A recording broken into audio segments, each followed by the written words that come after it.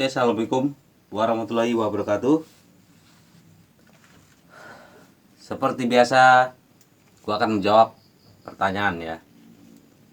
Pertanyaannya begini, selamat pagi mas, kalau nak isi preon dalam outdoor perlu dihidupkan mesin outdoor dulukah atau diisi dulu baru hidupkan outdoor? Nah di sini teman kita nanya, kalau mau isi nak ini ya, kata nak ini kayaknya bahasa Melayu ya, bahasa Melayu sekitar ya, bisa Palembang, bisa Malaysia, bisa Bengkulu, bisa daerah Jambi. Pokoknya nak ini mau ya, bukan anak ya, bukan anak. Maksudnya itu nak isi, mau isi ya. Peron ini salah tulis, maksudnya freon ya. Dalam keadaan hidup, outdoor itu dalam keadaan hidup atau mati? Jawabannya dalam keadaan hidup ya teman-teman, karena kalau dalam keadaan mati itu nggak bisa diukur ampere kompresor itu nggak bisa diukur. Jadi caranya teman-teman hidupin AC-nya ya, cantelin tang ampere di kabel ini ya, kabel listriknya. Lalu setelah kompresor on, outdoor nyala, teman-teman kan pakai manifold tuh.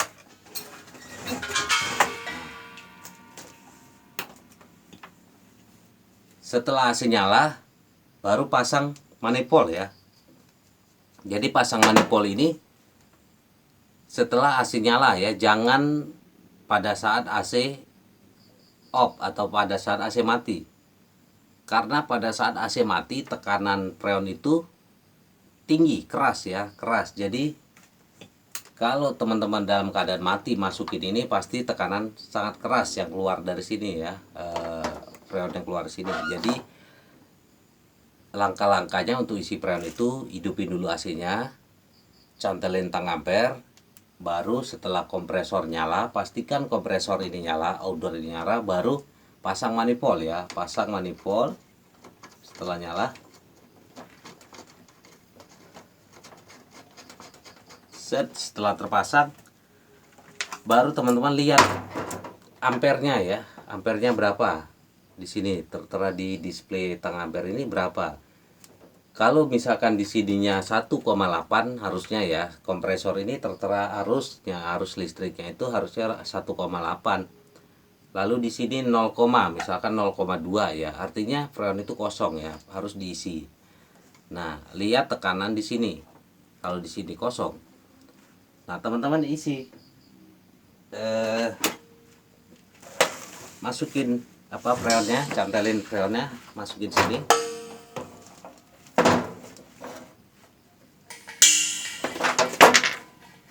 Nah, buka freonnya, lalu buang udara yang di dalam selang ini. Buka di sininya, buang udaranya. Setelah itu baru isi freon, teman-teman buka, cas, isi sambil lihat di ampere di sini ya. Nah, freon masuk, ingat tadi kondisi hidup ya kompresor. Begitu kita buka, freon masuk, ampere akan naik teman-teman. Ampere di sini naik. Jadi ampere itu akan naik setelah tekanan freon itu masuk ya. Jadi ada freon masuk, ampere naik, ada freon masuk, ampere naik ya. Buka lagi, cos, masuk lagi freonnya, ampere naik lagi ya. Jadi ampere ini naiknya karena ada tekanan freon dalam yang kita masukin ya, masukin ini.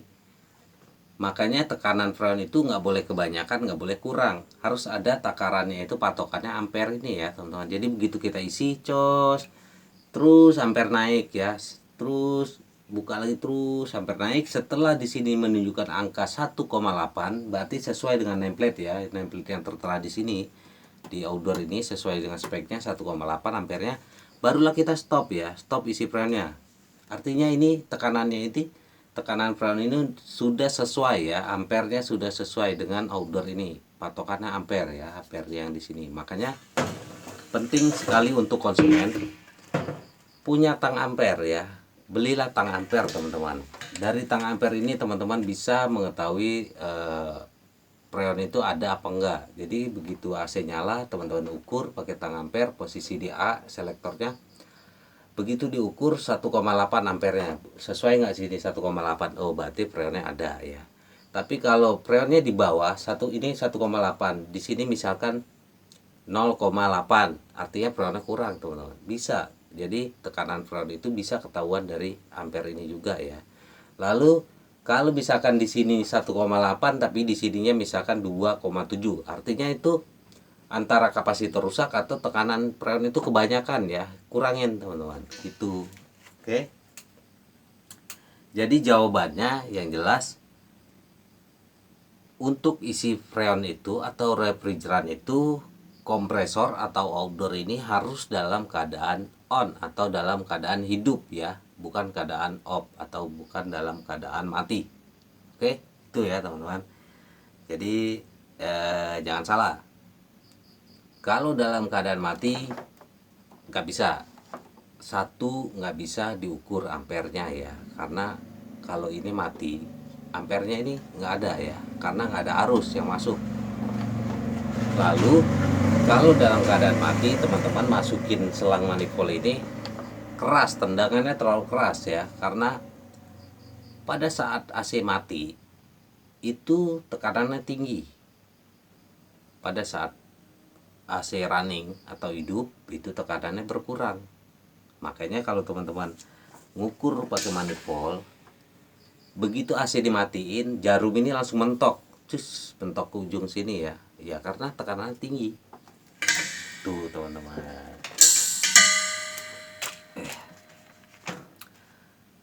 Jadi kalau teman-teman konsumen mau belajar isi freon sendiri, langkah-langkahnya seperti itu ya teman-teman. Hidupin dulu AC-nya. Atau kalau teman-teman konsumen lihat ada teknisi dalam mengukur dalam keadaan kompresor mati, lalu dibilang ampernya kurang, nah artinya itu oknum ya teman-teman. Jangan mau dibohongin oleh oknum. Jadi pada saat teknisi datang diukur, pastikan dia ngukurnya dalam keadaan kompresor hidup. Kalau teknisi dalam keadaan kompresor mati, kalau kompresor mati ampere kecil ya kan, ampere kecil, bisa aja teknisi bohong, ampernya cuma sekian pak, tekanan freon artinya kurang. Nah teman-teman sekarang udah tahu kalau ngukur ampere itu harus dalam keadaan mati, harus dalam keadaan hidup, itu teman-teman. Sekali lagi video ini untuk konsumen ya, bukan untuk teknisi. Bang, kalau gitu cuman untuk konsumen aja, nggak sama teknisi, enggak, karena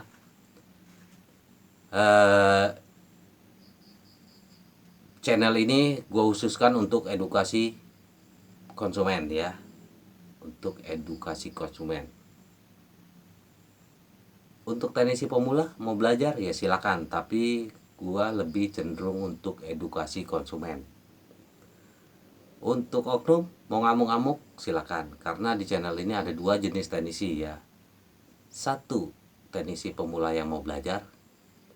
Dua, oknum yang nggak ikhlas. Semua trik AC gue publis, gue ceritakan di channel ini. Itu ya. Di channel ini apa konsumen yang mau tahu silakan tanya ya. Akan gue buka semua, akan gue bongkar semua. Jadi teman-teman konsumen mau tahu tentang apa aja di channel ini silakan tanya. Yang jelas freon itu jika tidak ada kebocoran maka tidak akan berkurang ya teman-teman. Jangan mau dibohongin oleh oknum. Kalau oknum pasti, lu kok bahasnya freon terus? Iya, karena di AC itu freon itu yang paling sering diakalin, dibohong-bohongin oleh teknisi, oleh oknum ya. Oknum paling sering memanfaatkan freon untuk ambil cuan dari konsumen. Coba dikit-dikit freon, cuci freon, cuci freon kurang, cuci freon habis. Nah kayak gitu. Nah dari channel ini teman-teman bisa tahu bahwa teman-teman konsumen bisa tahu bahwa jika tidak ada kebocoran maka freon itu tidak akan pernah habis sampai kapanpun ya. Sampai kapanpun teman-teman. AC gue udah 11 tahun nggak pernah isi-isi freon. Jika di tangan orang yang tepat maka AC itu akan awet ya, akan awet. Jadi yang bikin rusak AC itu sebenarnya oknum-oknum juga. Oke gitu ya teman-teman, silakan adu bacot, cot. Terima kasih.